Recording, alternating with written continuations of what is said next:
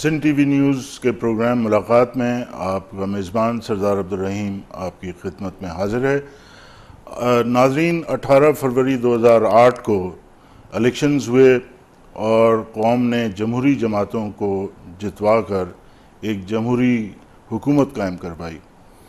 जमहूरियत का जब हम कहते हैं तो फिर उन जमहूरी कारकुनों का, उन जमहूरी रहनुमाओं का भी जिक्र होता है जो बेहद कुर्बानियाँ देकर अपनी जमात को आगे बढ़ाते हैं, अपनी जमात का पैगाम लोगों तक ले जाते हैं और अपनी जमात का मैनिफेस्टो लोगों तक को दिखाते हैं और समझाते हैं। और ये प्रोसेस पाकिस्तान में मुश्किल इस वजह से है कि जब भी जमहूरियत पनपती है, हमने ये देखा है कि जमहूरियत के एक नौज़ायदा पौधे को कुचल दिया जाता है पैरों तले और जमहूरियत पे कदगन लगाई जाती है। और पाकिस्तान में सियासी कारकुनों की जद्दोजहद को खिराज तहसीन पेश करना चाहिए कि तमाम नामसाइब हालात में भी सियासी कारकुनों ने अपनी जद्दोजहद को आगे बढ़ाया। और आज हम जब यहाँ बैठे हैं एक जमहूरी माहौल में, बहुत सारी मुश्किलात पैदा की जा रही हैं हुकूमत के लिए और बहुत सारे मसाइल जो कि गैर जमहूरी दौर में उठाए जाते हैं और पैदा किए जाते हैं, उनसे निपटने के लिए जमहूरी कारकुन जो सिर्फ जमहूरियत के नारे लगाते रहा, आज उन्हें पूरी हुकूमत संभालने का मौका मिला है, लेकिन मुश्किलात भी सामने हैं। इसी हवाले से आज हम खुसूसी तौर पर एक नौजवान, एक बेहतर सियासी सोच रखने वाले, एक जद्दोजहद करने वाले, जेल में जमहूरियत की खातिर जिनको भेजा गया और झूठे केसेस उन्होंने उन पर डाले गए, और अपनी पार्टी के एक डिस्ट्रिक्ट के सदर, लेकिन आज अल्लाह ताला ने उनको इज़्ज़त दी है और सिंध के सूबाई वज़ीर की हैसियत से हम आज उनसे मिल रहे हैं। मोहतरम ज़ाहिद अली भुरगड़ी साहब, भुरगड़ी साहब आपका शुक्रिया, आप हमारे प्रोग्राम में आपने मौका दिया आपसे बात करें। ये सारा सिलसिला जो है जमहूरी कारकुन की हैसियत से आपने इतनी जद्दोजहद की, आज वज़ीर बन के आपको जो वज़ारत के मामलात हैं उसको देखभाल करने के लिए आपको कोई मुश्किलात पैदा हो रही हैं? आपकी मिनिस्ट्री का क्या सेहत क्या है, क्या हाल है, ये हमारे नाज़रीन के साथ आप शेयर करना चाहेंगे? बात यह है कि हम इस वक्त जो हमारा, आपने कहा कि वज़ारत के बाद आपको कैसा लग रहा है, असल में बात यह है कि मसाइल जो 11 साल के हैं, जो पिछली हुकूमतों ने जो बर्बरियत और दहशत गर्दी का बाज़ार गर्म रखा, आवाम के हुकूक उनसे छीने, आवाम को रोटी और कपड़ा के लिए मजबूर किया। आपने देखा कि इस 11 साल में कितने लोगों ने ख़ुदकशियाँ की। आपने देखा कि इस 11 साल के दौर में आपने कभी भी जब से पाकिस्तान बनाया ये नहीं देखा होगा कि किसी आदमी ने अपने बच्चों को फ़रोग़ किया।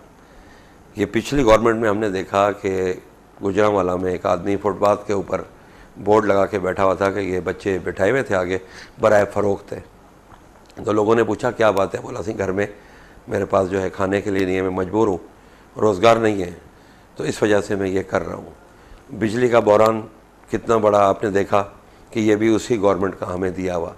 आपने देखा कि जो अरबों खरबों डॉलर जो है जो करप्शन हुई, वो भी इसी पिछली जो गवर्नमेंट थी, जिसमें शॉर्टकट अजीज़, जिसको शौकत अजीज़ कहते थे, उन्होंने झूठे फैक्ट्स एंड फिगर दिए लाके अवाम को और कहा कि हमने अपना कशकोल तोड़ दिया है, अब ये भीख का प्याला टूट गया है, अब हमें किसी की इमदाद की ज़रूरत नहीं है, पाकिस्तान अपने पाँवों पे खड़ा हो गया है। लेकिन आपने देखा कि जैसे गवर्नमेंट ख़त्म हुई तो पता ये पड़ा कि वो ख़जाने भी खाली कर गए। वो चौधरी शुजात साहब जो बड़ी आके बड़ंगे मारते थे टीवी के ऊपर, वो शेख रशीद साहब जो बड़ी बड़ी बातें करते थे, लेकिन आपने देखा कि उस दौर के अंदर जो उन्होंने ख़जाने खाली किए, और ख़ाली किए तो आपने देखा कि वो शुजात का भाई शायद पकड़ा भी गया था किसी एयरपोर्ट पे और करेंसी उसके पास थी, तो वो भी एक स्कैंडल सामने आया। उसके अलावा कई स्कैंडल्स हैं इनके जो पिछली गवर्नमेंट के। इन्होंने अवाम की खातिर नहीं सोचा, इन्होंने अपने पेट भरे, इन्होंने अपनी जायदादें बनाई और इन्होंने आवाम को जो उनके राइट्स देने थे वो नहीं दिए। इसलिए नहीं दी है कि वो, मैं उसको इलेक्टेड गवर्नमेंट नहीं कहूँगा, वो जिनके कंधों पे चढ़ के आए थे, जिनके ज़ोर पे आए थे, वो दुनिया को पता है कि वो पिछली गवर्नमेंट कैसे आई थी। तो अब हमें अल्लाह ताला ने ये चांस दिया है, और ये चांस हमारी कायद शहीद मोहतरमा बेनज़ीर भुट्टो साहिबा, जिसका आपने देखा कि जब आई कराची एयरपोर्ट पे और 40 लाख लोगों ने पाकिस्तान के एयरपोर्ट पे उनका इस्तकबाल किया, तो फैसला तो इलेक्शन से पहले हो चुका था कि कौन किसकी तरफ जा रहा है। तो आपने देखा कि फिर ये इनको नींदें हराम हो गई और इन्होंने फिर साजिशें शुरू की। 18 अक्टूबर को बम ब्लास्ट हुआ, अल्लाह ताला ने उनको बचाया, उसमें हमारे 150 वर्कर जो थे जानसार वो शहीद हुए। उसके बाद आपने देखा कि 27 दिसंबर वाला वाक़या आपने देखा कि वहाँ किस तरह से बीबी को शहीद किया गया। तो ये सारी साजिशें थी, क्योंकि बीबी अलामत थी वफाक की। वो हमेशा आपने देखा कि वफाक की बात करती थी। आप और हम सब कहते थे कि चारों सूबों की जंजीर बेनज़ीर बेनज़ीर, हर आदमी पाकिस्तान का। तो वो वफाक को जोड़े रखी हुई थी और वो चाहती थी कि मुल्क है तो सब कुछ है, और मुल्क नहीं है तो फिर कुछ भी नहीं है। उसका वो एजेंडा लेके आई थी। वो गरीबों को रोज़गार दिलाने आई थी, वो गरीबों के जो राइट्स थे वो उनको देने के लिए आई थी। लेकिन उन्होंने देखा कि इन साजिशी अनासिर ने, इन पाकिस्तान के दुश्मन जो थे, जो नहीं चाहते हैं कि पाकिस्तान तरक्की करे, वो नहीं चाहते हैं कि पाकिस्तान का एक मज़दूर, एक गरीब आदमी जो है, हारी नारी बेचारा, उसको 2 वक्त की रोटी मिले। वो चाहते हैं कि बाबा डिवाइड एंड रूल, इनको आपस में लड़ाते रहो और ऊपर बैठ के हुकूमत करो। ये वो लोग हैं जो साजिशें कर रहे हैं। अब आप देखें, अभी हमारी हुकूमत को आए हुए 3 महीने हुए और 3 महीने के अंदर ही साजिशें शुरू हो गई हैं। वो साजिशें इसलिए शुरू हुई हैं कि इस हुकूमत ने, चाहे प्राइम मिनिस्टर हो चाहे सूबों ने, जो एक बजट दिया है आवाम दोस्त बजट, उस बजट में आपने देखा कि लोगों को, बेघर जो लोग हैं उनके घर तामीर करने का जिक्र है। आपने देखा कि जो जॉब्स के लिए कितनी जॉब्स क्रिएट कर रहे हैं, वो भी इंशाअल्लाह ताला आप देखेंगे कि इसी महीने से आना शुरू हो जाएंगी। आपने देखा कि बिजली का जो बहरान जो हमें मिला विरसे के अंदर, उसके ऊपर भी हमने फ़ौरन आते के साथ ही हमारे आसिफ जरदारी साहब जो हमारे को चेयरपर्सन है, वो सबसे पहले प्रायोरिटी जो इसी चीज़ों को दे रहे हैं कि लॉ एंड ऑर्डर, पावर, अनएम्प्लॉयमेंट्स, इसी के ऊपर उन्होंने कहा है कि हमें काम करना है। और ये फूलों की, मैंने आपको बताया पहले भी कि फूलों की सेज नहीं है ये हमारी वजारतें, ये कांटों की सेज है जिसके ऊपर हम बैठे हुए। और सरदार साहब बहुत बड़ा एक इम्तिहान है, उस इम्तिहान से इंशाअल्लाह ताला अल्लाह ताला हमको कामयाब करेगा, क्योंकि हम एक सच्ची नीयत से हम आए काम करने के लिए। हम आए हैं कि लोगों के मसाइल हल करें, हम आए हैं कि लोगों को रोज़गार दें, हम आए हैं कि लॉ एंड ऑर्डर ठीक करें, हम आए हैं कि इस मुल्क में जो गरीबों के साथ ज़्यादती हो रही है उसको हम चाहते हैं कि हम जो है ख़त्म करें और उन लोगों को इंसाफ मिले। और वो लोग बेचारे जो 11 साल से, लोगों को सरदार साहब बहुत ज़्यादा तवक्कात हैं, वो 11 साल से तवक्कात हैं। आप यकीन करें इस वक्त ये पोजीशन है, हम अपनी ऑफिस में आते हैं तो 400-500 आदमी यहाँ पे बैठे हुए होते हैं। हम अपने घर जाते हैं तो वहाँ 800-1000 आदमी जो है वहाँ पे वो बैठे रहते हैं। किसी का छोटे मोटे बेचारों के काम, कोई रोज़गार का मसला, किसी का। अगर ये मसाइल इनकी पिछली गवर्नमेंट ने हल किए होते तो आज इतना लोड नहीं होता इन वजारतों पे, इस हुकूमत के ऊपर लोड कम होता। लेकिन उनके काम न करने की वजह यही थी कि वो आए थे अपने तिजोरियाँ भरने के लिए, वो भर के चले गए। लेकिन अब अल्लाह ताला ने हमें चांस दिया है। इंशाअल्लाह ताला आप देखेंगे अभी 3 महीने हुए हैं, हम इंशाअल्लाह ताला आपको जो है ये 1.5 साल के अंदर जो बिजली का बहरान है इंशाअल्लाह उस पर भी काबू पाएंगे। जो बेचारे लोग बेरोज़गार हैं, जो नौजवान अपने डिग्री और इंजीनियर की, कंप्यूटर साइंस की मुख्तलिफ़ डिग्रियाँ लेके मुख्तलिफ़ डिपार्टमेंट्स में 11 साल से चक्कर लगा रहे हैं और उनको रोज़गार नहीं मिला, इंशाअल्लाह उनको हम रोज़गार भी देंगे। अभी आपने देखा कि हमने बजट में बेनज़ीर साहिबा के नाम से यूथ की एक स्कीम हम निकाल रहे हैं। उसमें नॉन मैट्रिक जो हैं उनको हम 3 से 4 हज़ार रुपया तनख्वाह भी देंगे और डिफरेंस डिपार्टमेंट्स में ट्रेनिंग भी करवाएंगे। उसके अलावा जो ग्रेजुएट्स हैं उनको भी ट्रेनिंग देंगे, उनको भी 6-7 हज़ार रुपये तनख्वाह मिलेगी जब तक कि वो ट्रेनिंग कंप्लीट करें और जाके उस डिपार्टमेंट में लगें। तो इंशाअल्लाह ताला आप देखेंगे कि आपको एक तब्दीली महसूस होगी इसलिए महसूस होगी कि ये जो गवर्नमेंट हमारी आई है ये अवाम के वोटों के ज़रिए आई है। बुरी साहब, आपके माशाल्लाह जज्बात जो हैं उसके पेश नज़र आप बड़े खुशकिस्मत हैं कि आप एक ऐसे ही मिनिस्ट्री में डिपार्टमेंट के मिनिस्टर हैं जिसमें बड़ी अपॉर्चुनिटीज़ हैं। इस मुल्क में फॉरेन एक्सचेंज का बुरहान अब पैदा हो रहा है, डॉलर कहाँ से कहाँ पहुँच रहा है, अनएम्प्लॉयमेंट का एक देरीना मसला है पाकिस्तान में, और पाकिस्तान में फूड क्राइसिस भी मतलब डेवलप हो रहा है।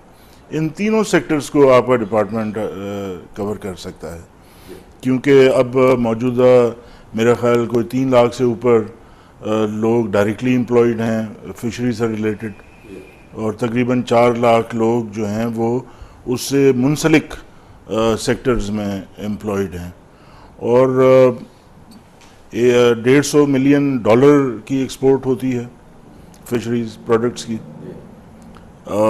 तो इतना खुशकिस्मत है पाकिस्तान के पास वसाइल हैं। कोई 1120 नॉटिकल माइल किलोमीटर पाकिस्तान का साहिल है। तो इस पे मज़ीद हम बात कर रहे हैं। एक बुढ़ी साहब, हमारी मजबूरी है, एक ब्रेक हम छोटा सा लेते हैं, वापस आएंगे। नाज़रीन, एक छोटे से ब्रेक के बाद इस बात को मज़ीद आगे बढ़ाएंगे।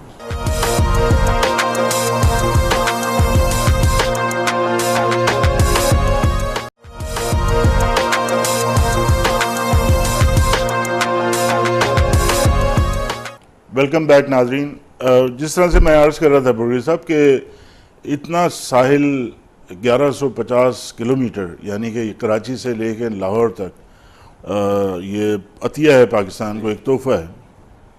लेकिन उसके साथ साथ पाकिस्तान में 60 साल में इस सेक्टर पे ज़्यादा तवज्जो नहीं दी गई।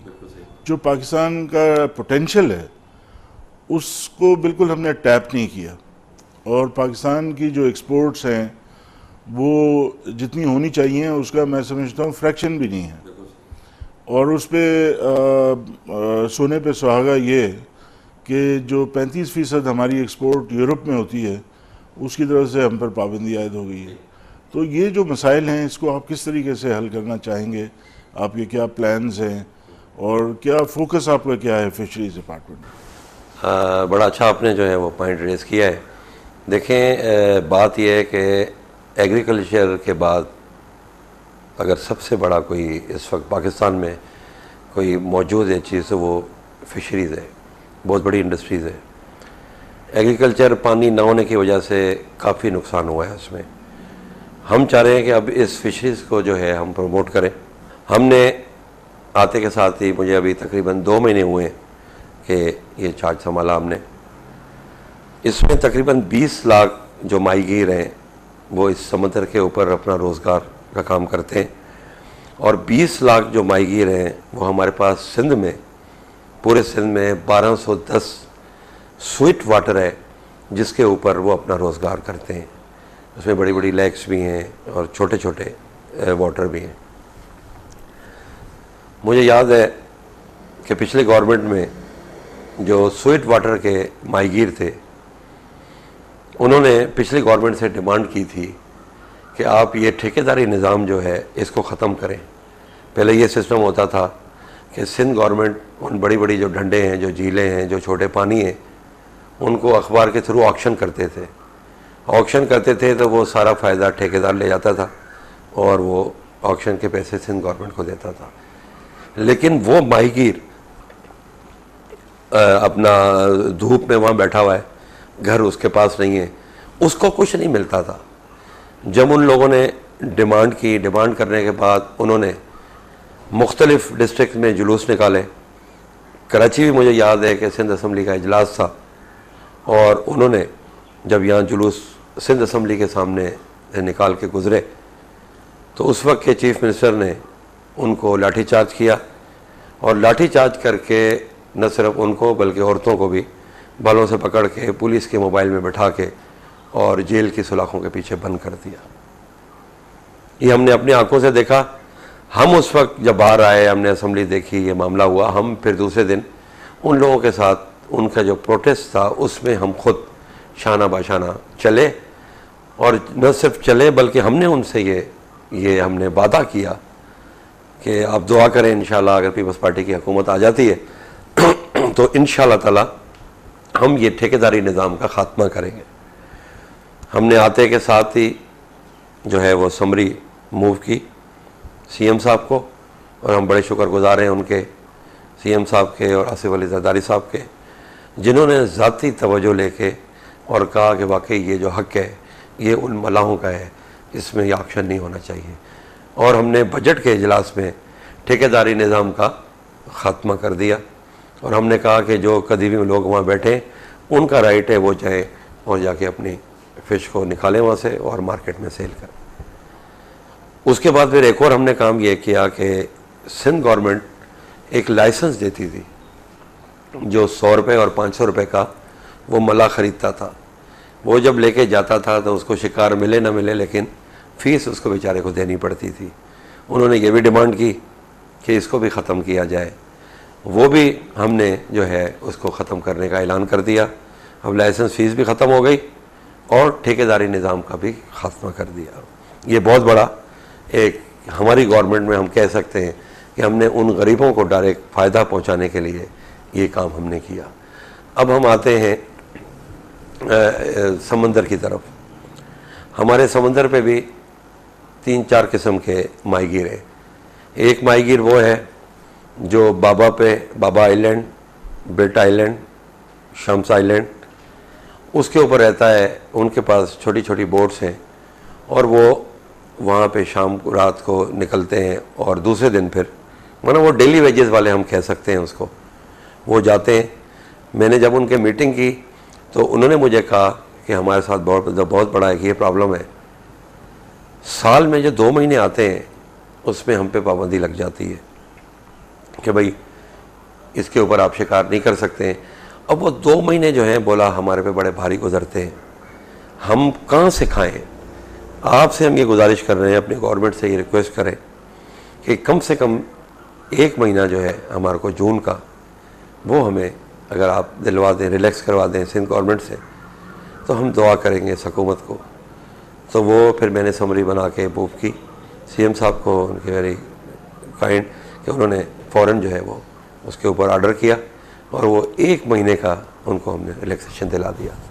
अब मैंने उनसे पूछा क्यों लगाते हैं, उन्होंने कहा सही वो जो है इस वजह से लगाते हैं कि ब्रीडिंग होती है उसकी। तो मैंने जब वहाँ हमारे जो रिसर्च के लोग बैठे हुए, हमारे खुद हिस्ट्रीज़ है ऑक्सफे के ऊपर, मैं वहाँ गया, वहाँ जो हमारे सीनियर लोग बैठे हुए हैं जो PhD हैं फिशरीज़ में, उनसे जाके कांटेक्ट किया। उन्होंने कहा कि हमारे पास जो यहाँ फिशरीज़ हैं, जो हमें ज़ाती तजर्बा है वो ये है कि ये ब्रीडिंग का जो कोई टाइम पीरियड से फिक्स नहीं है, ये पूरा साल होते रहते हैं। तो माना वो बात गलत थी, तो हमने कहा ठीक है भाई, वो उनको दे दिया। वो बड़े खुश हुए बेचारे, 1 महीना उनको कम से कम मिल गया। अब यहाँ एक आपने बताया कि हमारा माल 3 साल पहले बहुत बड़ी तादाद में यूरोप जाता था और डिफरेंट कंट्रीज़ में, लेकिन जब यूरोपीय टीम आई यहाँ पे और उसने फ़िश हार्बर का दौरा किया, ये 3 साल पहले की बात बता रहा हूँ मैं, उन्होंने दौरा किया। दौरा करने के बाद हमारी जो बोट्स हैं उनको देखा तो उन्होंने कहा कि भाई जो इंटरनेशनल रिक्वायरमेंट्स हैं उसके मुताबिक आपका फ़िश हार्बर नहीं है, आपका ऑक्शन हॉल जो है वो सफाई का इंतज़ाम नहीं है, जो टेम्परेचर एक होना चाहिए जब फ़िश कैच करके आती है, जब लैंडिंग करती है, तो वो इतने टेम्परेचर में जानी चाहिए, वो भी आपके पास यहाँ पे बंदोबस्त नहीं है। आपकी जो बोट्स हैं उनके अंदर आइस बॉक्स होने चाहिए, क्रेट्स होने चाहिए, वो भी आपके पास बोट्स में नहीं है। लिहाजा वो 3 साल पहले ये चीज़ें लिख के और वो चले गए, उन्होंने पाबंदी लगा दी। उससे ये फ़र्क पड़ा कि हमें और हमारे माहीगीरों को, मुल्क को भी नुकसान हुआ और माहीगीरों को भी नुकसान हुआ। मैंने आते के साथ ही पूछा कि भाई वजह क्या है, क्यों, रीज़न्स बताएं। फिर जब ये चीज़ें उन्होंने बताई तो सबसे पहले हमने कहा कि हम अपनी बोट जो है उसको अपग्रेड करें। उस अपग्रेड में हमने जो है मेरीन फिशरीज़ वालों से कांटेक्ट किया है। हमने उनको अभी तकरीबन थोड़े दिन पहले 2 बोट्स दिए कि भाई आप इनको अपग्रेड करके हमें दें। 50% जो है वो माहीगीर ने कहा कि हम देंगे और 50% जो है वो सिंध गवर्नमेंट दे। वो इंशाल्लाह उस पर हमारा काम हो रहा है। उसके अलावा हमारे जो कोस्टल बेल्ट है, ये 0 पॉइंट है, पतीन है और आपका इब्राहिम हैदरी है, ये वाले जो साइड है, यहाँ पे तूफ़ान आता है, बरसात आती है, तो कोई ऐसी बोट नहीं है जो उस इमरजेंसी में उनको निकाल सके। तो वो भी 45 बोट्स जो हैं फाइबर की, उनका भी आर्डर दे दिया गया है और वो भी जो है अपना एक कंपनी है पाकिस्तान में यामा की, वो बना रहे हैं और वो भी इंशाल्लाह ताला बहुत जल्द मिलेगी।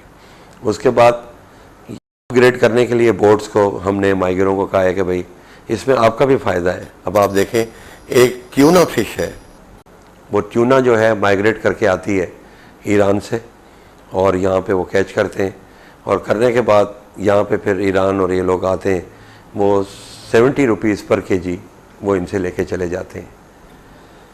वही ट्यूना मैं अभी गया था, एक एग्जीबिशन थी थाईलैंड में, सिर्फ ट्यूना के ऊपर पूरी दुनिया के लोग वहाँ पे आए हुए थे, बड़े बड़े इंडस्ट्रीज़ वाले भी लोग आए हुए थे। और एक मुझे वहाँ पे मिले मिस्टर जॉन और उनकी वाइफ थी हेलन। उन्होंने कहा कि आप ट्यूना को क्यों नहीं प्रमोट करते हो अपनी कंट्री में? हम यहाँ पे ट्यूना जो है अमेरिका के अंदर सप्लाई कर रहे हैं $41 पर केजी, मतलब तकरीबन मेरा ख्याल है 2500 हो गया शायद तकरीबन, ये या 3000 के करीब। 3000 रुपये किलो यही फ़िश जो 70 रुपये यहाँ दे रहे हैं वो वहाँ पे बिक रही है। वो इसलिए कि अगर हमारे पास यहाँ कोई ऐसी फैक्ट्री होती जो ट्यूना को लेके उसको पैक करके इंटरनेशनल रिक्वायरमेंट्स के हिसाब से करती, तो ये आप बताएं कितने पैसों में हम इसको बाहर भेजते। लेकिन वही पाबंदियों का जिक्र, सफाई का जिक्र, हमने आते साथ ही जो है मैंने विज़िट किया फिश हार्बर का, और वहाँ पे जो है जो जिसको इन्होंने सफाई का ठेका दिया था उसके साथ मीटिंगें की हैं। वहाँ पे जो जो काम होने वाले थे वो हमने उनको दे दिया है कि भाई आप करें इसको फ़ौरन। उसके अलावा हमको जो डोनर एजेंसीज़ हैं USAID वाले, आज भी मेरी एक सुबह मीटिंग थी उनके साथ, उन्होंने कहा कि हम 1 अरब रुपया देना चाह रहे हैं फिश हार्बर को इसको अपग्रेड करने के लिए। उनसे मीटिंग हुई है, तो इंशाल्लाह ताला वो भी आप देखेंगे कि हफ्ते या 1.5 हफ्ते के बाद उनका भी रिज़ल्ट जो है वो निकलेगा। उसके अलावा हमने जो है अपना प्राइवेट सेक्टर में इसको ले जाने के लिए एक्वाकल्चर हम सेमिनार शुरू कर दिए। कल हमने जो है हवारी टावर उसके ऊपर एक सेमिनार किया था, उसके अंदर जो है अपना हमने प्राइवेट लोगों को बुलाया था कि आए, आके ट्यूना के बारे में उनको बताया लोगों को। हमने बताया कि इस इंडस्ट्री में कितना जो है आगे बढ़ने के चांसेस हैं, कितना आप इसको एक्सपोर्ट करो तो कितने आपको फ़वाइद हैं, वो हमें आपके बताए। इसी सिलसिले में हमने एक समरी भी मूव की हुई है CM साहब को, 20,000 एकड़ ज़मीन वो हम जो है कोस्टल बेल्ट के ऊपर, जिसमें ठट्ठा और बदीन, वो हम चाह रहे हैं कि ये ज़मीन लेके और प्राइवेट सेक्टर में लीज़ के ऊपर लोगों को दें और वहाँ हम जो है इसके ऊपर फ़िश हाउसेस जो है फार्म हाउसेस बनाएं।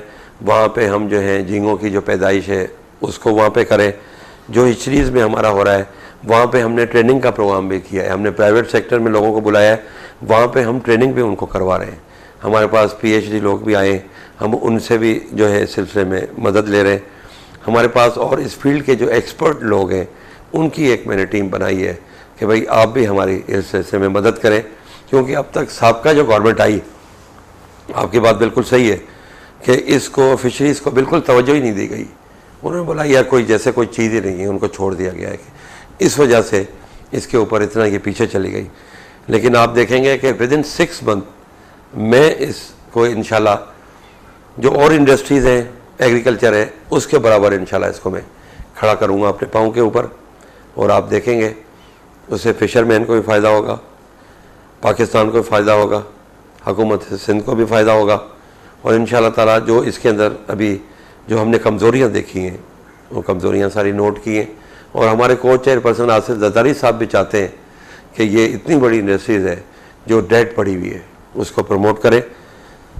आप देखेंगे लाखों और करोड़ों लोग हैं जो बेचारे रोज़गार के लिए हैं।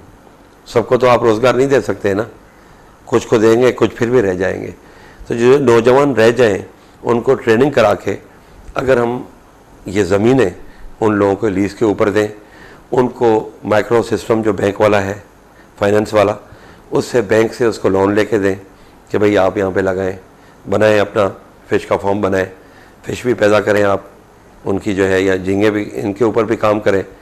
तो वो जब पैदा करेंगे, जब वो बच्चा डालेंगे वहाँ पे, और वो बच्चा 18 महीने में बड़ा हो जाएगा, और बड़ा होगा, जब वो फ़िश निकल के मार्केट में आएगी, तो आप देखेंगे उस आदमी को जिसने साल 2 साल में अपना जो है वो काम किया, उसको कितनों लाखों रुपए का फ़ायदा होगा। तो इसी तरह से हम इसकी तरफ जा रहे हैं। बुर्गी साहब, एक ब्रेक का वक्त फिर आ गया। ब्रेक के बाद इंशाल्लाह आपसे बात जारी रहेगी। नाज़रीन, एक ब्रेक के बाद बुर्गी साहब से फिशरीज़ के जो मामलात हैं उस पर हम बात कर रहे हैं, जारी रखेंगे।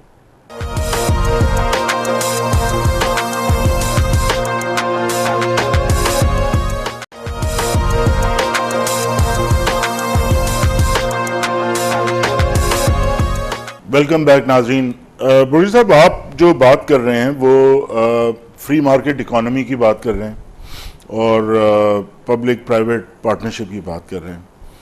तो जो आपकी रिसोर्सेज हैं उसको एफिशिएंटली यूज़ करने के लिए तो एक इन्वेस्टमेंट चाहिए, जो कि अगर हुकूमत नहीं उसमें इन्वेस्ट कर सकती तो प्राइवेट सेक्टर से इन्वेस्टमेंट तलब किया जाए, उनके लिए अपॉर्चुनिटीज़ क्रिएट की जाएँ, मौके पैदा किए जाएँ।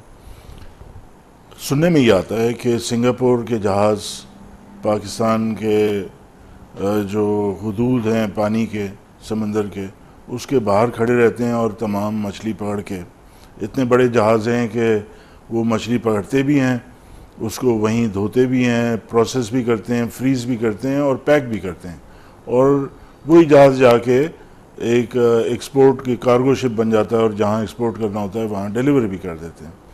तो जब इतना इन्वेस्टमेंट दीगर ममालिक का पाकिस्तान के करीब से पाकिस्तान की मछली ले जाता है, तो हम क्यों नहीं उस किस्म की इन्वेस्टमेंट कर सकते? एक दूसरा, जो हमारी कैच होती है, जो हम मछली पकड़ते हैं, वो ज़ाहिर है कि पेरिशेबल आइटम है, जल्दी ख़राब हो जाता है।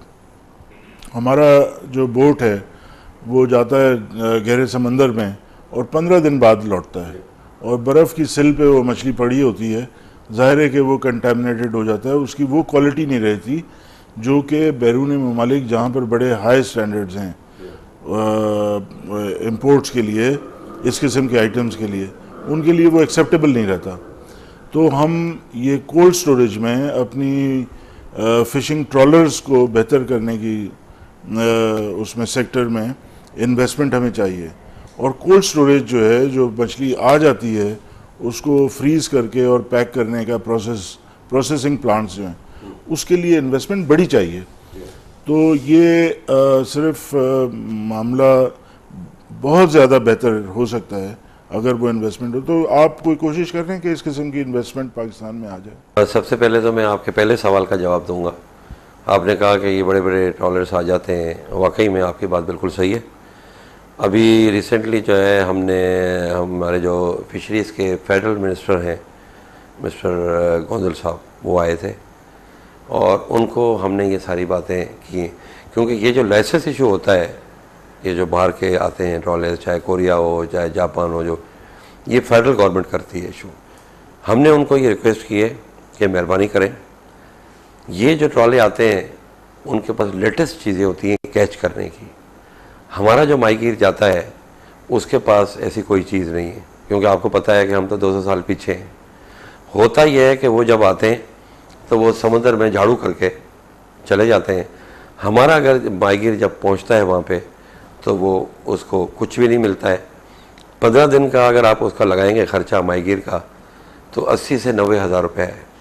डीज़ल कितना महंगा हो गया है, पेट्रोल कहाँ पहुँच गया है, और राशन जो लेके जाता है, दाल ही आप लोगे तो 80 रुपये किलो है, तो उसको बेचारे को नुकसान होता है। ये हमने उनको बाकायदा कहा है, उनको जो ब्रीफिंग दी उसमें ये हमने टॉप प्रायोरिटी पे लिखा है उनको कि ये बंद करें अभी आप, ठीक है जी, नंबर 1। नंबर 2, आपने हमें बताया कि जो ये कैच करते हैं और बर्फ़ की सिलियों में पड़ी रहती है, बिल्कुल आपकी ठीक बात है, ये भी मैं एग्री करता हूँ। ये सब चीज़ें हमको विरसे में अभी ये देखे गई है गवर्नमेंट, हमने आते के साथ ही मैंने आपको बताया कि हम फ़ंड हमारे पास इतना नहीं है। हमने जो है अभी आते ही सिंध गवर्नमेंट के अंदर जो फ़ंड रखे हैं उसमें सबसे पहले हमने जो प्रायोरिटी दी है वो फ़िशरमैन उनकी वेलफेयर के लिए 0 पॉइंट जो है वहाँ पे हमारे हाउसेस जो हैं 100 घर बनाने के लिए वहाँ हमने पैसे रखे हैं। हमने जो आपका ये डबला गोट है अपना इब्राहिम हैदरी से आगे, वहाँ पे हमने घर बनाने के लिए जो है वहाँ पे पैसे रखे हुए हैं। उसके अलावा हमारा जो इस वक्त फ़िश हार्बर है आपने देखा होगा कि कंजेस्टेड हो गया है। जहाँ पे 1200 बोट्स खड़ी होनी चाहिए वहाँ पे 4000 बोट्स खड़ी हुई हैं। हमने इस बजट के अंदर एक mini fish harbour Mubarak Goth में फैसिलिटी बनाई है, एक हमने mini fish harbour Ibrahim Hyderi में उसकी फैसिलिटी रिपोर्ट बनाई है, एक हमने जो है अपना बड़ा फ़िश हार्बर केटी बंदर पे एक वहाँ हमने उसकी फैसिलिटी बनाई है। उसके अलावा एक हमारे पास कोरंगी में, आप शायद कभी आपने पता नहीं विज़िट किया नहीं किया, कोरंगी फ़िश हार्बर है जिसको फेडरल गवर्नमेंट जो है वो चला रही है। तो वो एक डेड पड़ा हुआ है, वहाँ पे ना कोई मतलब के एक्टिविटीज़ हैं। वहाँ ये कंडीशन है अभी तक मेरा ख्याल है 2 या 3 प्रोसेसिंग प्लांट है जो लगना शुरू हुए हैं। एक गाबा साहब है कोई उनका लग रहा है, एक जो है अपना कोई चाइनीज़ कंपनी आई है एक वो लगा रही है। अभी वहाँ पे बहुत गुंजाइश मौजूद है। लोगों ने प्लाट बुक करा के चले गए और उसके बाद जो है वापस नहीं आए कि भाई यहाँ पे कुछ आके लगाएं। हमने उनको कहा है फेडरल गवर्नमेंट को कि भाई इन लोगों को नोटिस दें, ये कोई इन्वेस्टमेंट का जगह तो आप करके और चले गए, उनको बाउंड करें कि विदिन 3 मंथ 4 मंथ में अगर आपने काम शुरू नहीं किया तो वो तमाम प्लाट जो उनको दिए थे वो कैंसिल कर दिए जाएंगे और फिर हम ऑक्शन करके दोबारा हम चाहेंगे कि वहाँ भी लोग आएँ, इंडस्ट्रीज़ लगें वहाँ पे। इसी तरह से यहाँ पे जो हमारे पास फ़िश हार्बर पे तकरीबन 32 जो है हमारे पास प्लांट्स हैं प्रोसेसिंग के, जिसमें तकरीबन 28 जो हैं वो रनिंग कंडीशन में हैं और बाकी जो है कुछ फॉल्ट की वजह से बंद पड़े हुए हैं। यहाँ भी मैंने उनको कहा है कि आप इसको और भी जगह देखें तो हम इसको ऑक्शन करें, हम और प्राइवेट सेक्टर वालों को बुलाएं कि ज़रूरी नहीं कि टेक्सटाइल मिलें लगाए, ज़रूरी नहीं कि वो यहाँ पे सीमेंट ही पैदा करें, ज़रूरी नहीं है कि यहाँ पे कपड़े की मिलें हों। यहाँ पे हमारे पास गुंजाइश मौजूद है अभी, तो वो उसके लिए भी हमने प्लानिंग कर ली है। और मैं आपको अजीब बताऊँ कि मैंने एमडी से पूछा कि आप मुझे नक्शा दें, फ़िश हार्बर का मास्टर प्लान होगा आपके पास, तो वो कहता है हमारे पास तो है ही नहीं। माना ऐसे ही वो मतलब वो चला रहे हैं। तो उसके बाद जो है वो हमने ये भी फ़ौरन की ड्यूटी लगाई है, तो वो भी इंशाल्लाह ताला नक्शा हम बना रहे हैं उसका पूरा। मेरी ये ख्वाहिश है कि इस हार्बर को जो है अपग्रेड करने के लिए मैंने एक डोनर एजेंसी है उनसे बात की है, आज ही सुबह मेरी मीटिंग हुई है। उन्होंने कहा है कि हम आपको 1 अरब रुपए तक डोनेट कर सकते हैं, लेकिन इसको आप अपग्रेड करें। तो उसके लिए हमने फैसिलिटी रिपोर्ट बनवाना शुरू कर दी है आज से। मैं चाहता हूँ कि एक खूबसूरत फ़िश हार्बर इसको ही हम प्रमोट करें। यहाँ पे जो है पेट्रोल पंप भी होना चाहिए, यहाँ पे शॉप्स भी होनी चाहिए, यहाँ पे एक सिस्टमेटिक चीज़ें होनी चाहिए। अभी आप चले देखें कि कहीं बोट खड़ी हुई है, कहीं जो है वो क्या खड़ा हुआ है, कोई सिस्टमेटिक चीज़ नहीं है। तो वो सिस्टमेटिक जब आप चीज़ें बनाएंगे तब आपकी यूरोपीय यूनियन भी आएगी और कहेगी नहीं अब ये सिस्टम में आ गए हैं। वो ऑक्शन हॉल जहाँ पे सफाई का पूरा बंदोबस्त होना चाहिए, वो पूरा बंदोबस्त अभी नहीं है जो होना चाहिए। तो उसके लिए हमारी जो सोसाइटी है वहाँ पे उनको भी हमने कहा है, जो मॉल है, अब देखें आप जो मॉल्स वहाँ पे है जो वो ऑक्शन करते हैं जिसमें जो टैक्स मिलता है उसमें 3.25% उनको सोसाइटी को मिलता है। उस सोसाइटी का जो रोल है वो प्योरली जो है फ़िशरमैन की फलाही बहबूद के लिए बनाई गई है। अब वो फलाही बहबूद के क्या काम कर रही है पिछली गवर्नमेंट में तो कोई नज़र नहीं आया। अभी फ़िलहाल हमने वहाँ पे इलेक्शन करवाने हैं, इलेक्शन से पहले वहाँ पे एडमिनिस्ट्रेटर हमने बिठाया हुआ है और उनको कहा है कि भाई जो जो इनके प्रॉब्लम्स हैं फ़िशरमैन के, मैंने ख़ुद विज़िट किया, मैं बाबा आइलैंड पे गया, मैं ब्रिट आइलैंड पे गया, मैंने वहाँ स्कूल्स देखे, मैं वहाँ डिस्पेंसरी देखी कि क्या वहाँ पे जो जो चीज़ें कमी थी मैंने नोट की। आते के साथ ही मैंने सिंध गवर्नमेंट को भी लिखा और एडमिनिस्ट्रेटर को भी लिखा कि ये चीज़ें यहाँ पे जो है इनकी ज़रूरत है, फ़ौरन इनको प्रोवाइड करें। तो हम भी चाहते हैं जिस तरह से हमारे बच्चे अच्छे स्कूलों में पढ़ते हैं, ये फ़िशरमैन का बच्चा जो वो आपके मुल्क के लिए और अपने लिए काम कर रहा है, उसका बच्चा भी किसी अच्छे स्कूल में पढ़ना चाहिए। उनको वहाँ पे वो सहूलतें मुहैया करनी चाहिए। हॉस्पिटल मौजूद हैं तो डॉक्टर नहीं है, डॉक्टर मौजूद हैं, स्कूल मौजूद है तो SNG नहीं है। तो ये सारी चीज़ें, इसके ऊपर मैं काम कर रहा हूँ। इंशाल्लाह ताला विदिन 6 मंथ जो है वो जो पुरानी 11 साल वाली फ़िश हार्बर और फिशरीज़ आप छोड़ के जो लोग गए थे, आप देखेंगे कि इसके अंदर इंशाल्लाह ताला आपको प्राइवेट जो फैक्टर है उसको भी लेके आएंगे। और काफ़ी लोग हैं, वो इंटरेस्टेड हैं, वो चाहते हैं कि एग्रीकल्चर के बाद सब दुनिया को पता है अगर कोई है सबसे बड़ा इंडस्ट्री तो वो ये फिशरीज़ है। नाज़रीन, एक ब्रेक के बाद बुरगी साहब से फिशरीज़ के जो मामलात हैं उस पर हम बात कर रहे हैं, जारी रखेंगे।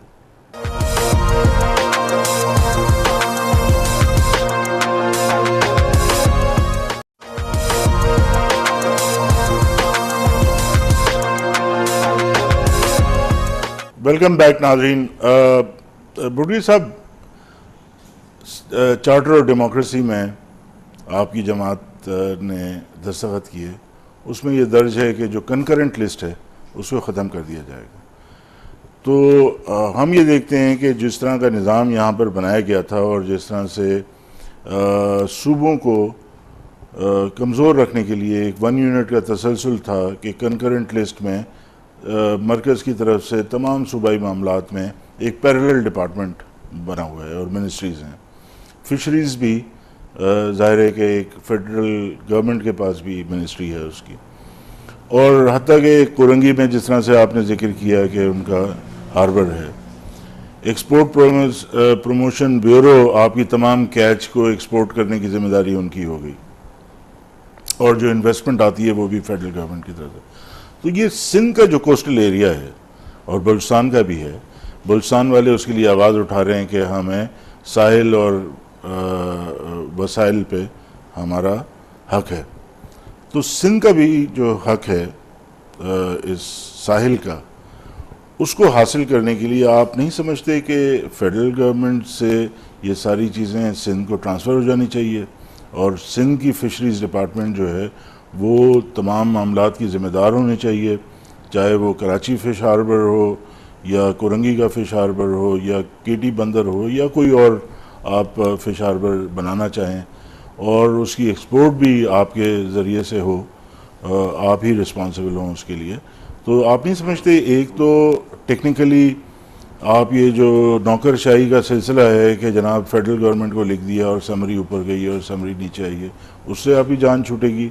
दूसरी, आपकी कारकर्दगी में एफिशिएंसी आएगी और एक प्लान आप जो बनाएंगे उसी के तहत आगे सिलसिला चल सकता है, उसमें कोई इंटरफेयर करने वाला नहीं होगा। तो इस पे आप क्या फरमाना चाहेंगे? क्योंकि अगर COD के तहत, चार्टर डेमोक्रेसी के तहत जब कंकरेंट लिस्ट ख़त्म हो जाए तो ऑटोमेटिकली फिर ये फिशरीज़ एक प्रोविंशियल सब्जेक्ट बन जाएगा। बिल्कुल, आपने बहुत अच्छे जो चीज़ पॉइंट आउट की है। अब आप देखें कि पाकिस्तान पीपल्स पार्टी बात करती है जमहूरियत की, बात करती है कि सूबों को खुद मुख्तारी मिलनी चाहिए, बिल्कुल मिलनी चाहिए। अब एक उसमें छोटी सी आपको मिसाल दे दूं। अभी प्राइम मिनिस्टर आए थे बिफोर 3 और 4 डेज़, CM हाउस में खाना था, वहाँ पे जो उन्होंने तकरीर की उसमें उन्होंने कहा कि ये कोयले वाला जो मैटर है, थर वाला कोल वाला है ना मैटर, पिछली गवर्नमेंटों ने कहा कि भाई ये फेडरल गवर्नमेंट जो है इसको वो करेगी सब कुछ और यहीं से परमिशन होगी, यहीं से होगा। बोला, मैंने उनको कहा नहीं, ये सिंध का हक है, जहाँ से चीज़ निकल रही है उनका हक है, और अब आप जाने और ये कोल जाने, ये आप जाके काम करें। ये देखें, ये उस तरफ आपको ले जा रहा है सूबाई खुद मुख्तारी की तरफ। ठीक, मैं अगर आप इजाज़त दें, प्राइम मिनिस्टर साहब हमारे ऐलान बहुत करते हैं लेकिन उसका नोटिफिकेशन जारी नहीं। मैं उसकी भी तरफ आ रहा हूँ। फेडरल गवर्नमेंट की बात हुई, मरकज़ की बात हुई, मैंने आपको बताया कि फेडरल गवर्नमेंट के जो मिनिस्टर साहब आए थे, मैंने उनको बाकायदा अभी ये गुजारिश भी की है कि ये जो कोरंगी फ़िश हार्बर है ये सिंध गवर्नमेंट के हवाले कर दें। न सिर्फ ये उनको कहा है ज़बानी, बल्कि मंडे को मैंने वर्बली इस्लामाबाद में उनसे टाइम भी मांगा है और मैं अपने फैक्ट्स एंड फिगर और फिजिबिलिटी रिपोर्ट बना के ले जा रहा हूँ मैं वहाँ पे। ठीक जी, पड़ी हुई है, उनके काम की नहीं है। ऑक्शन हॉल भी बनाया हुआ है वहाँ पे बहुत अच्छा मौका है। अगर हम काम करें तो बहुत लोगों को रोज़गार भी मिल सकता है और प्लस जो है वो प्राइवेट सेक्टर भी बहुत बड़े पैमाने पे आ सकता है। आप वाली बात के सिंध गवर्नमेंट जब तक उसको टेक ओवर नहीं करेगी, लोग थोड़ा सा अवॉइड करते हैं, नंबर 1। इसी तरह से हॉक्सवे के ऊपर हमने एक हैचरीज बनाई है और वो तकरीबन वहाँ पे फॉरेन के 2 आदमी रखे हुए हैं हमने और बहुत अच्छा उसका रिज़ल्ट आ रहा है। वो जो वहाँ पे ब्रीडिंग हो रही है, वो बच्चे हम लेके गारों में, जो हमारा एक फार्म है बहुत बड़ा, वहाँ पे वो हम डाल रहे हैं और वहाँ से बहुत अच्छा हमें रिज़ल्ट मिल रहा है। उसके बिल्कुल बराबर में फेडरल गवर्नमेंट का 8 एकड़ का हैचरीज का एक पड़ा हुआ है और वो उसके ऊपर इन्वेस्टमेंट भी हुई है, लेकिन वो क्लोज़ है। मैंने जब वहाँ का विज़िट किया तो वहाँ पे अंदर से जो है वो जानवर और कुत्ते और बिल्ले घूम रहे थे, ना कोई आदमी थे ना कुछ। वो भी मैंने फेडरल मिनिस्टर से रिक्वेस्ट की है कि ये भी आपका जो है एक चीज़ ज़ाया हो रही है, ये भी आप सिंध गवर्नमेंट को कहें तो हम इसको भी टेक ओवर करते हैं और हमको इंशाल्लाह यहाँ भी हम इसको लेके इस पर काम शुरू करते हैं। तो आपकी बात बिल्कुल सही है, हम डेमोक्रेसी पे यकीन रखते हैं। हमारी कायद शहीद मोहतरमा बेनज़ीर भुट्टो साहिबा ने भी इन्हीं चीज़ों के लिए जो कुर्बानी दी, उसको क्या ज़रूरत थी, नहीं आती वो, लेकिन वो आई थी कि रोटी कपड़ा और मकान, जमहूरियत बहाल कराऊंगी। तो अब बात यह है कि हम एक वर्कर हैं, हम वज़ीर नहीं। हमारा ये फ़र्ज़ है कि खादिम बन के आवाम की खिदमत करनी है हमें। और हमारा सबसे बड़ा जो इस वक्त फ़र्ज़ ये है कि जो हमारी कायद शहीद मोहतरमा बेनज़ीर भुट्टो साहिबा जो मिशन अधूरा छोड़ गई है, हमको उस मिशन को लेके पूरा करना है। जब हम समझेंगे कि हमने कुछ किया और कुछ आवाम को डिलीवर किया, तो मैं इससे आपके बिल्कुल इत्तेफाक करता हूँ कि ये जो समंदर है ये सिंध के अंदर है और इसमें सिंध वालों का हक होना चाहिए, इन माही गिरों का हक होना चाहिए जो सदियों से बारिशों में, तूफ़ान में और भरते भी वहाँ हैं, जिंदा भी वहाँ रहते हैं और अपने रोज़गार के लिए वो लगे हुए हैं। तो उनका राइट है बिल्कुल। इस सिलसिले में मैं बात कर चुका हूँ और इंशाअल्लाह ताला फ़ाइनल हमारी जो बात है, जो हमारी मंडे को इंशाअल्लाह ताला इस्लामाबाद में हमने मीटिंग रखी हुई है। तो आप देखेंगे कि ये जो मसाइल हैं जो आपने मुझे निशानदेही की है, मुझे आते के साथ ही ये मैं ना सिर्फ ब्यूरोक्रेट्स पे मैं यकीन नहीं रखता हूँ, बात आपको बताऊँ क्लियर, मैं यकीन रखता हूँ उस माही गिर से जो वहाँ पे बैठा हुआ है झोपड़ा लगा के, वो जो बात मुझे बताता है मैं उस पर बिलीव करता हूँ कि वो क्या कह रहा है, उसके ऊपर मैं चलता हूँ, न कि ब्यूरोक्रेट्स कहे। ब्यूरोक्रेट्स ने कहा इसको ऑक्शन करो 1200 मीठे पानी को, इतने अरब रुपया सिंध गवर्नमेंट को मिलेगा।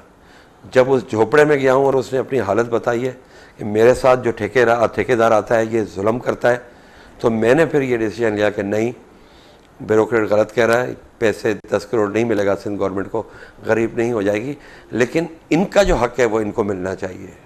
तो ये एक जमहूरियती गवर्नमेंट का ये आप देखेंगे कितनी बड़ी चेंज है। मैंने आपको पहले भी बताया कि हमारे को चेयरपर्सन आसिफ अली जरदारी साहब की बहुत बड़ी नज़र है इस फिशरीज़ पे। वो कह रहे हैं कि हम चाहते हैं कि इसको जो दुनिया में, अब आप देखें सेशल है, छोटा सा एक जजीरा है, आप जाएं ईरान जाएं, बहुत बड़ी इंडस्ट्री हो गई है। बांग्लादेश जो हमारे बाद आज़ाद हुआ है, उसकी आप देखें कि कितनी जो है एक्सपोर्ट हो रही है, हमारे मुकाबले में 4 गुना ज़्यादा वो एक्सपोर्ट कर रहा है।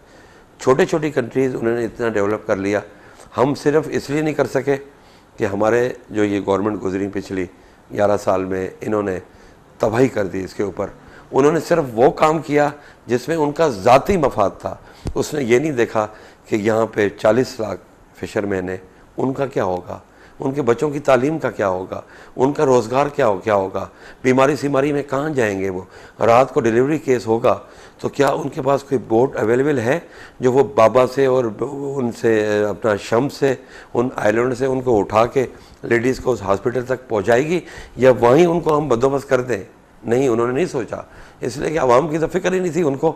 आज वो आवाम के ठेकेदार बनते हैं और ठेकेदार बन के उस जमहूरी हुकूमत को, जो अभी 3 महीने हुए हैं आई है और अभी उसने अपना शुरू किया है काम रोज़गार का और अपना बजट का, तो आप देखें कि साजिशें शुरू हो गई हैं।